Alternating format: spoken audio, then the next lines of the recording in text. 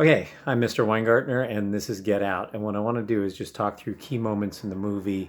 So I'm going to stop and start this video and stop and start the video. So I'm basically watching the movie, and then I'm stopping periodically to comment on what's going on. And I just want to start right here with the first scene. And what I want you to notice here that I think the filmmaker is doing that's really important, that I definitely think the filmmaker is doing, I guess I should say, is that this is a reversal, right? So from a white person's point of view, the scary thing would be walking through a black neighborhood alone at night. But what Peele is doing here is he's reversing that. This seems like a very nice white suburb, and you have the black guy walking through, and of course he's totally freaked out. So what's cool about this is it gives us white people watching the movie sort of a now you know how it feels because he's creeping out, and of course as what happens next, he has justification for being freaked out about being in this neighborhood because he gets attacked. Now, one other thing I'll say at this point, so I don't have to keep stopping and doing this, is the music. A lot's been written about the music and stuff like that, but I just want to talk about the idea of being woke, right? So right at the beginning of the movie, what Peele is trying to do is sell you on the idea that part of what we're talking about here is being aware of the racism around you, and that's what being awoke is all about. And there's a lot we could say about the point of that and what he's saying, and just about the topic of being woke and what that means and what the value is of that. So let's continue. Again, I realize that this is very impromptu, but just something that just occurred to me just as I was saying here that maybe I should have said about the about what's going on here is that probably in this day and age, sadly, if you are a black person walking at night in a white, especially an upper class white neighborhood, you probably should be scared. We hear so many stories about, you know, black kids going through a neighborhood and they're selling stuff for their football team or whatever and being confronted with guns or people calling the police on them and things like that, right? Because they're, quote, not supposed to be there. So he probably has a lot of reason to be scared just in reality, on top of the just role reversal that I was talking about a minute ago. And so now we're about 8 minutes in, and I just want to mention that their whole "Do they know I'm black?" thing is really a reference to Guess Who's Coming to Dinner, basically a movie where a white girl brings home her black boyfriend, and the parents are not aware of it ahead of time. So this creates kind of an important moment to set up the movie, but it does a couple of things. One is it shows the systemic racism in the sense that why is the officer asking for his ID? So that does give you that sense of, the black man always being under pressure in that sense. But it also shows her as the protector, as though, the white liberal is the person who's going to come in and protect the black people from the evil system, right? So it puts her in sort of a savior position, which are all things that are talked about in especially in movies and things, and in sort of the stereotypes about how these issues are dealt with by the system. So another thing occurred to me is that it also shows him as being sort of compliant. Like he's learned to get along. He's learned to deal with the racism in the system by just realizing that it's just easier to just to give him your license and not complain, and then it doesn't lead to any more trouble or any kind of further problems. That's the safest way to get through this. And I think what the movie's kind of trying to say is that that's unfair. I'm also going to mention, since if you can't see the screen right here, we're about 13 minutes into the movie. So if you're looking for these spots in the movie, this is where they are. Now, just a few moments later, what we see the, quote, groundskeeper. And if you look at this scene and if you look at the place, what you're really realizing here is that it's very much like a plantation. And I don't think that's accidental. Like they give all kinds of excuses for it and try to make it sound like, well, it's just sort of coincidental. They have a whole story about why these black people are there. And of course, we know it's something far worse. But at the same time, for us here, just in the visuals of it, as a filmmaker, I'm sure that they're trying to give you this plantation vibe even though they keep saying that it's not that. So here we go at about a 15 minutes in, and her dad Dean makes this comment about the deer, and how he's glad that the deer got killed.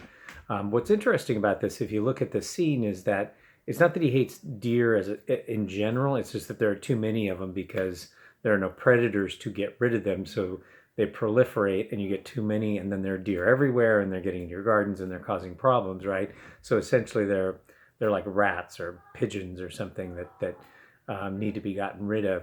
And I'm mentioning all of this because I want you to think about this in terms of race. A lot hasn't been made about it on this level, but I just can't help but think about how he's really talking about black people. Because if you think about it in a way in this movie, there's things they like about black people and there are things that they don't like about black people. And that becomes important in the movie. But here, I think the comment is that it's not black people they don't like, it's just that there are too many of them. They're taking over, they're running the place, right? Like if you have too many deer, they become a nuisance. So just think about that parallel. All right, just real quick, another fun thing, 17 minutes in, he says it's such a privilege to experience another person's culture. So think about what happens later in the movie and quote how they experience another culture and what he really means by that. So I paused at 1727, and again, here's just all these little things that set up in the beginning. But what I want you to think about with the Jesse Owens thing, and I think the stuff has been written about this, is how we as a culture take credit for Jesse Owens and the 1936 Olympics when he bested all those great alleged German athletes in their alleged superior race, right? So, so Jesse Owens, a great American who embarrassed Hitler, which is all true, except that it doesn't acknowledge what we are doing in 1936, how black people are being treated in the United States, right? So there's sort of a double standard that glosses over what we're really doing to these people while taking credit for their successes, and that's very much along the lines what the theme of the movie is about. So the Jesse Owens is more important than you think in the story. So right after this moment, we're about 18 minutes in. Dean, the dad, is about to say something about how they couldn't bear to let the servants go. Yeah, right. The whole story about they were brought in to take care of the parents and they couldn't bear to let them go I think, is a coded way of talking about slavery, right? So this sort of benevolent slave owner kind of feeling vibe that I get from that. So keep that in mind. Okay, so here at about 24, 29, the brother asks if he ever gets into street fights as a kid. And so I just decided maybe this is a good moment to talk about the concept of microaggressions. Because what the movie is trying to say, and we'll see more of these later, I was going to save this for later, but I would have voted for Obama for a third term. This, that kind of comment is only said because you're a black person, right? You don't. If I went up and visited that family, that would not be part of the conversation, right? And I'll talk about this a little bit more when we get to the later scene. But here, I just want to point out that he asks him, "Do you ever get in street fights as a kid?" Which to me brings up the idea. Well, of course, because he's black, he probably didn't come from a great neighborhood. They are always getting in fights, right? I suspect that that's what's kind of going on behind this conversation. And then a few moments later, he says, what with your frame and your genetic makeup, you could be a beast, which to me is kind of a racist thing to say, just an assumption, because those black people are better athletes, kind of thinking, right? But the other thing to notice is how he puts up with it, right? He just kind of, okay, well, he's, this brother's a little off. He does seem to be like the most racist of the bunch.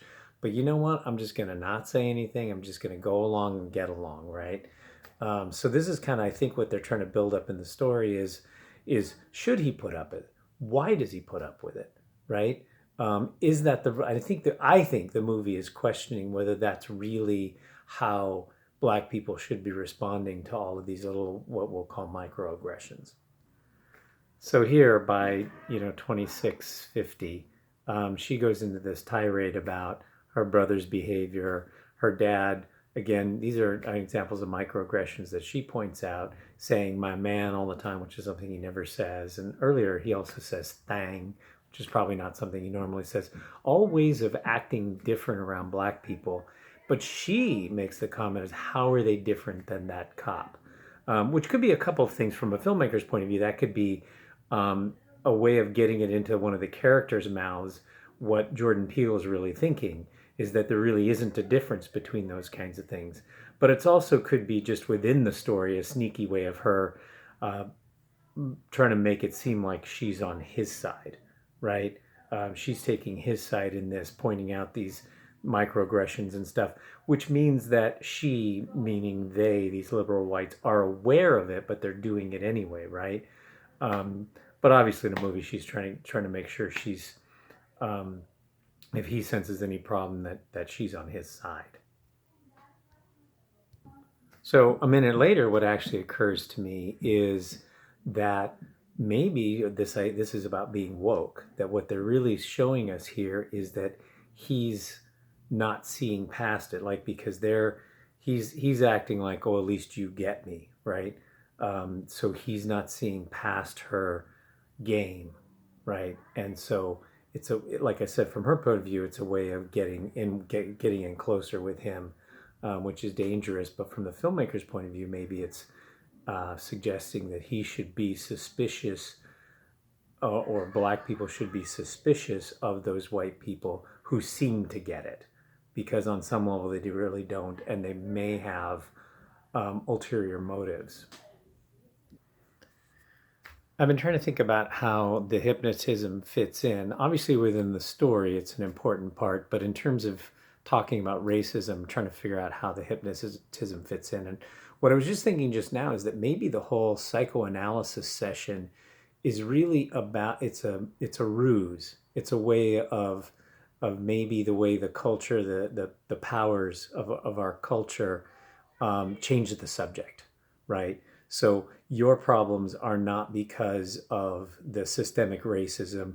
Your problems are actually because of something that happened in your childhood, and trying to make it a more personal thing and a more individual thing, just as a way of covering the fact that it really actually has to do with their racism. Now, remember, when I say this stuff, I'm not saying this is what I believe. I'm just trying to interpret the movie and just trying to figure out where does the hypnotism even fit into this in terms of the iconography, all of the things that they're building up to point at and deal with the issues of race.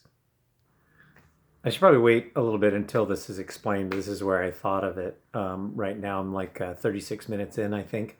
And here's what's interesting. I just realized about the sunken place, is that it has to do with that denial, I think. First of all, in general, the sunken place, and this is really important in talking about the racism, is it's where you have to hide your true self, that's not acceptable to the culture at large, right? So it's the party that can't speak, that can't be yourself, etc., like that. And there's probably a lot we could make out of that, but maybe part of that has to do with the denial of it, right? And maybe an unawareness that you have this sunken place, that you have these parts of yourself that you're not allowing out there, and you, in a way, you do it to yourself, but it's because of the culture at large, telling you it's not true. Like telling you, like for instance, in his case, oh, it's not the racism that's your problem. It's the fact that you had these issues with your mother dying when you were young, or how you were raised, or things. These are the things that our culture tells us. That's really what your problem is, and there may be truth to that. And that's part of the problem, is that that's partly true, but it's not entirely true. And so if you take that as the whole truth, you lose the other part of it, which the movie is saying is the systemic racism and the kinds of racism that you have to endure. And when you lose those things, now you're not even aware that it's there, and so you can't deal with it. So I'm looking at this shot at 36 minutes and 22 seconds in, because what it makes me think of is that you can't speak. You're aware of it. You know what's going on in this sense, when you do know what's going on, but you lose your voice. And I think that's something Peele talks about in the movie too, about black people not having a voice, to really be able to counter what the dominant culture is saying. So now at 36 minutes and 50 seconds, he wakes up in bed. Now, this is a classic movie thing where what it does is it makes you ask, wait a minute, did any of that happen? Because remember, he's asleep. He wakes up. He sees all the weird things with the black caretakers. He gets hypnotized. He gets put in the sunken place. And at this moment, and usually in a movie, because of this waking up thing, that's a standard movie thing to kind of make you go, wait, did that actually happen or was I dreaming? Right? But that brings up another interesting point in terms of um, systemic racism, which is a kind of ghosting, or actually, I'm sorry, the term is gaslighting, right? Gaslighting is when something happens and you work really hard to convince somebody that it didn't actually happen. So they start to question their reality and start to think maybe it's me, there's something wrong with me because I keep thinking these things are happening and they're not happening, or at least they are. But what usually with gaslighting, when it's happening, is you realize it really was happening, but all the people around you had convinced you that it didn't happen, right? So that's one of the problems, and we could talk about that in terms of systemic racism, because it is that kind of thing where we're all trying to convince you, we meaning the culture at large is trying to convince you that it's not there, it's not happening, it's other things, right? And yet deep down inside, you know it is happening, or that it either is happening or there's something wrong with me, is what you're thinking, right? I'm not sure exactly what to make of this, but I do kind of want to comment on this moment because I think it's interesting, the sort of disconnect there. I can kind of see this in society where you have, um, I have to put this nicely, that you have some black people who seem very white, which of course we know in the movie why he seems white, but but it does create this kind of disconnect where there are some people that, like the main character, can't really relate to this guy because even though he's got black skin, he's kind of white. And I think there's a racial comment in there that maybe you can make more of than I can, but I think it is kind of interesting that they play this scene this way. I'm at about 43 minutes in, and I think what we really should be thinking about here is this scene really is about the microaggressions, right? All the stuff about Tiger, all the stuff about um, black skin is in, or fairer skin is out, I think is what he's saying. The one woman who asks her if it's true if the sex is better. Basically, all of these stereotypical things that people think and say, right?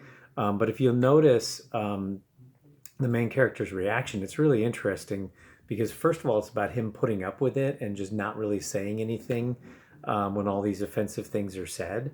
But they're microaggressions, right? They're little attacks on him and his character. And I think I've said before that one of the real problems here is that um, it always reminds you the black character, that he's different. He's not one of them. That he's the other, right? Because they wouldn't be saying those things if it wasn't a black guy, right? And sometimes they're said in positive ways, as though somehow that's a good thing, but they're constantly reminding him that he's not one of them, right? Which is where the aggression comes in, right? And just the idea that they feel like they can say those things. But it'll come up later because when you realize what they're really after here, you realize why they're asking those questions. But it does become important in terms of, well, what do they really want? So in these cases where people behave that way toward the black person, what do they really want out of that conversation, or out of that relationship, right? And some say they want to be hip, they want to be, some sense I should say, they want to be hip, they want to be accepted, they want to show you that they're accepting, but they're doing it in a way that makes you feel separate and not accepted, and probably in some way sort of less than they are. It's sort of condescending, is one of the things to think about. So this is what I think Peele is trying to show you, is that this is how it feels. So I think I'd mentioned before, I should mention now, that one of the cool things about this movie is that you are seeing it through his eyes. So me, like a white audience, I get to see what it's like from the black guy's point of view, to be at a party around a bunch of white people and have to, as she says at the beginning, just smile your way through it, not say anything back, not stand up and go, do you guys realize how uncomfortable you make this for me, right? I get to deal with that discomfort because the movie puts me in his position and makes me see it the way a black man might see it under real circumstances like this.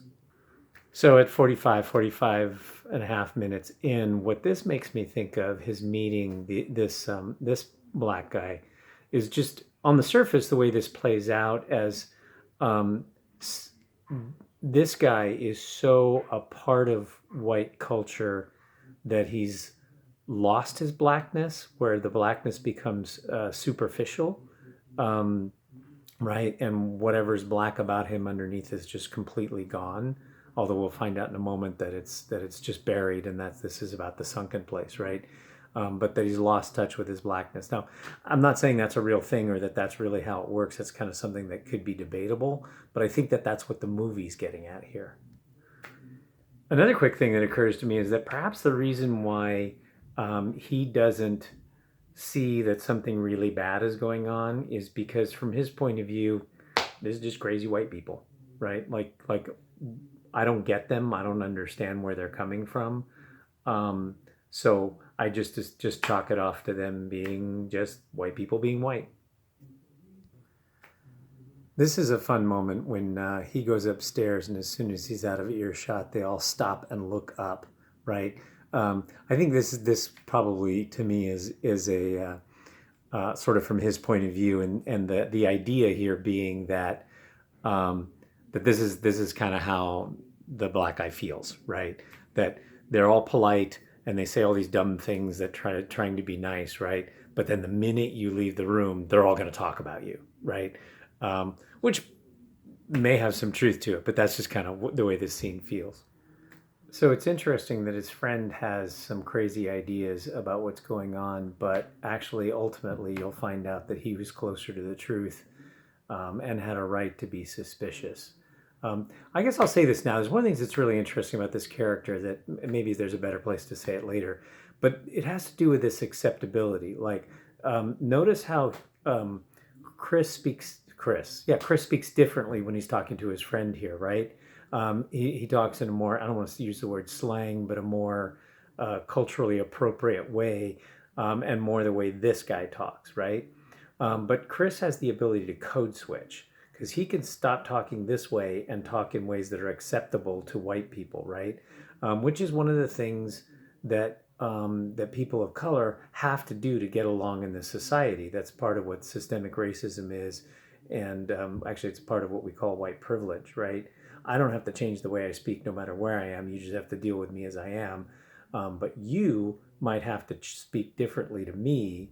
Otherwise, it's, quote, unacceptable, right?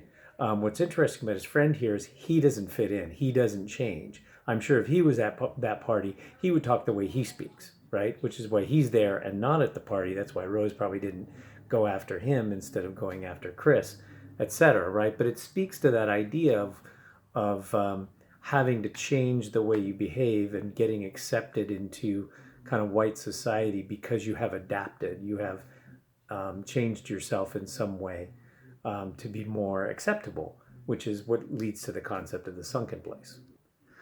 Okay, two interesting things to consider here. We're at 55 minutes into the movie. This is that kind of famous scene that they talked about, where the inner person is trying to get out. One of the things she says, though, at the beginning of this, that's really interesting line is, I don't answer to anybody, which, of course, when you find out who she really is, that's actually true. But to have that come out of the mouth of a black character in this situation speaks to a kind of denial. And that's what his reaction is, right? I don't have to answer to anybody. But of course, if you're the maid, of course you do, right? You're probably at the bottom of the totem pole. So it speaks to that kind of denial of maybe the Peele's trying to say that some black people walk around like they don't have these problems, right? They, quote, don't answer to anybody, but it's really just denial. But the other thing I want to mention here is this is the key scene where the inner person, the real person buried deep down in the sunken place, is trying to get out, right? So maybe in terms of racism, what we're really talking about here is the idea of somebody who knows something's wrong, but they can't put it into words, right? Like she really wants to say something. In this case, what she wants to do is warn him about it, and that's a good way to think about it. That maybe there are people in our society who are trying to warn us or warn black people about what's happening to them, right? But they don't know how to explain it. They don't know how to put it into actual words, and maybe that's what Peele's trying to get at here. So what's interesting is right now she's saying no, no, no, no, no, no, no. I think what's really going on is it's the white woman talking to the black woman deep down inside and saying no to her, like, no, no, no, no, no, you're not getting out of here, right? So he's revealing, Peele's revealing the inner struggle within the between the characters, I guess. This is now, sorry, almost 56 minutes in. This is where Chris does the flash, and the other guy sort of comes to himself for a minute. And notice what he does is he tries to warn Chris. I'm going to say that what this would represent in real society was the moments of clarity that a person might really see what's going on around them, but then they come off as just being crazy because they can't really articulate it. It just comes out as a warning. And if you don't see what they're talking about, like I said, they just seem crazy. And then, of course, I can't help but we have to mention this, the silent auction for Chris, which has to bring up the concept of slavery, right? So re-enslaving Black people might be a key to what this movie is about. So that's something you have to think about. Okay, well, in what way are in reality, in the real world, what way are they being re-enslaved or sold off or used in this way? So it's something to think about. This is 1 hour, 3 minutes, and 31 seconds. And I just have to mention that this whole coming into the house at night with the family there, aside from its general creepiness, is also a reference to Deliverance, which kind of would tell most audiences he is in trouble. If you haven't figured out he's in trouble by now, this is a bad sign.